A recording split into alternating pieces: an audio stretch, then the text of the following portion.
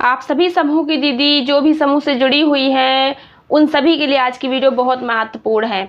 तो कई दीदी के कमेंट आते रहते हैं कि दीदी क्या पदाधिकारी को भी कोई मानदेय मिलता है।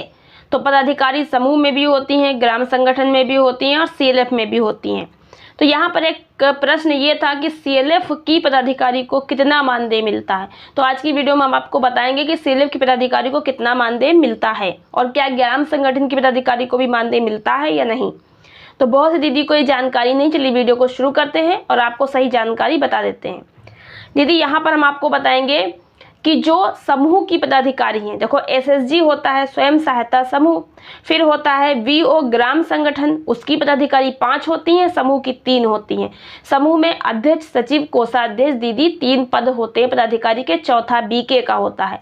तो बीके का तो मानदेय मिलता है 20 रुपया, 10 रुपया मिलता है, चाहे 10 मिले चाहे 20 मिले। ये समूह के ऊपर निर्भर है कि वो अपने समूह में से जो अपनी बीके दीदी है उसको 10 रुपया एक मीटिंग का देंगे कि 20 रुपया देंगे, ठीक, वो आपस में तय करते हैं। तो वो तो बीके को देती हैं, लेकिन पदाधिकारी जो समूह के अध्यक्ष, सचिव, कोषाध्यक्ष होती हैं उनको कोई मानदेय नहीं मिलता है। समूह छोटा होता है, उसमें जो भी फंड है वो समूह के पदाधिकारी केवल जिम्मेदारी है फंड का सही उपयोग कराना, अपने समूह को गरीबी से बाहर निकालने में मदद करना। और एकजुट महिलाएं होती हैं इसी उद्देश्य के लिए कि हम सब मिलकर कोई अच्छा कार्य करके आगे बढ़ेंगे, अपनी आर्थिक रूप से स्वयं को मजबूत बनाएंगे। तो इसी उद्देश्य को लेकर वो चलती हैं, इसलिए मानदेय समूह की पदाधिकारी का तो कोई नहीं होता है। फिर बात आती है ग्राम संगठन के पदाधिकारी की। तो ग्राम संगठन की पदाधिकारी 5 होती हैं, अध्यक्ष, सचिव और कोषाध्यक्ष, उपाध्यक्ष और उप सचिव भी होती हैं, 5 पदाधिकारी। तो ग्राम संगठन की पदाधिकारी को भी मानदेय नहीं मिलता है। लेकिन सीएलएफ की पदाधिकारी की हम लोग बात करें तो इसको जानना, आपको समझना बहुत जरूरी है। तो ग्राम संगठन जो है वो भी थोड़ा छोटे स्तर पर ही होता है, ग्राम पंचायत में होता है। कुछ समूह 5, 8, 6, 10 समूह जो भी हैं उसमें जुड़े होते हैं। तो ग्राम संगठन की पदाधिकारी की जिम्मेदारी होती है समूहों की देखरेख करना, ग्राम संगठनों को अच्छे से चलाना। अब बात करते हैं सीएलएफ की, जो कि संकुल स्तरीय संघ है, क्लस्टर लेवल फेडरेशन। वो एक बड़े स्तर का संगठन है क्योंकि उसमें बहुत सारे ग्राम संगठन जुड़े होते हैं। उन ग्राम संगठनों में इतने सारे समूह जुड़े होते हैं। तो जो सीएलएफ का फंड है वो ज़्यादा आता है, वहाँ लाखों में रुपए होता है, करोड़ों में भी हो सकता है, ठीक है। तो ज़्यादा से ज़्यादा फंड वहाँ पर आता है सीएलएफ में। अच्छा खासा वहाँ पर सीएलएफ में जो फंड उपलब्ध होता है उस पर अच्छा खासा बैंक से भी ब्याज मिलता है और समूहों से भी मिलता है।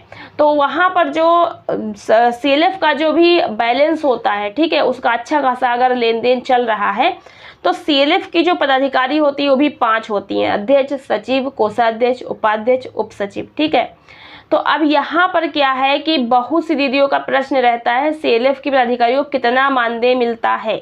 तो आपको हम बात यहाँ पर क्लियर कर दें, सीएलएफ की पदाधिकारी को मानदेय मिलता है लेकिन सब जगह नहीं मिलता है। ये आप समझ लीजिए कि सीएलएफ जहाँ जहाँ बने हैं जरूरी नहीं कि हर जगह सीएलएफ में पदाधिकारी को मानदेय मिलता हो, लेकिन कुछ सीएलएफ में पदाधिकारी को मानदेय मिलता है। बिहार में आप देखिए जो यहाँ पर समूह बने हैं सीएलएफ की पदाधिकारी को 3000 रुपये मिलता है। सीएलएफ की पदाधिकारी को 3000 रुपये मिलता है, लेकिन वहाँ पर भी हर सीएलएफ में नहीं मिलता है। कुछ पुराने सीएलएफ में है जहाँ पर अच्छा खासा बैलेंस है, सीएलएफ का बढ़िया चल रहा है लेन देन, तो वहाँ पर पदाधिकारी को मानदेय दिया जाता है जो कि सीएलएफ के बैलेंस से ही दिया जाता है। जिस तरह सीएलएफ के बुक कीपर को सीएलएफ के ही जो फंड है, जो भी उनका कॉर्पस है उसमें से ही दिया जाता है, जो भी उनको फ़ायदा होता है, इनकम होती है, ब्याज मिलता है, जो भी तरीके से। तो सीएलएफ से जब बीके का मानदेय निकालते हैं उसी प्रकार से सीएलएफ से सीएलएफ के पदाधिकारी दीदियों का भी मानदेय निकालते हैं, लेकिन सब जगह नहीं मिलता है। इसलिए अगर आपको ये लगता है कि आप सीएलएफ में पदाधिकारी हैं तो आपको मानदेय नहीं मिल रहा है, तो देखिए हमने आपको बता ही दिया है कि हर जगह सीएलएफ में पदाधिकारी को मानदेय नहीं मिलता है। कुछ कुछ जगहों पे, कुछ कुछ जिलों में कहीं कहीं पर मिलता है। तो बिहार की जैसे जानकारी मैं बात कर रही हूँ तो वहाँ पर 3000 रुपये मिलता है, वो भी कुछ सीएलएफ में मिलता है।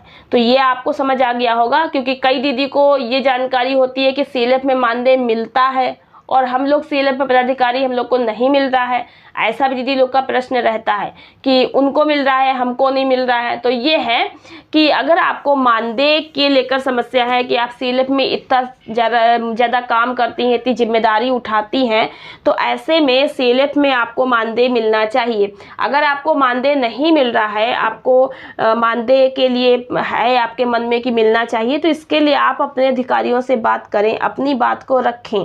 देखिए काम आप कर रही हैं, आपको अगर समस्या है तो जब तक आप अपनी बात को कहेंगी नहीं तो लोग अपनी बात को जो है, आपकी बात को लोग क्यों सुनेंगे, कोई अधिकारी क्यों सुनेगा।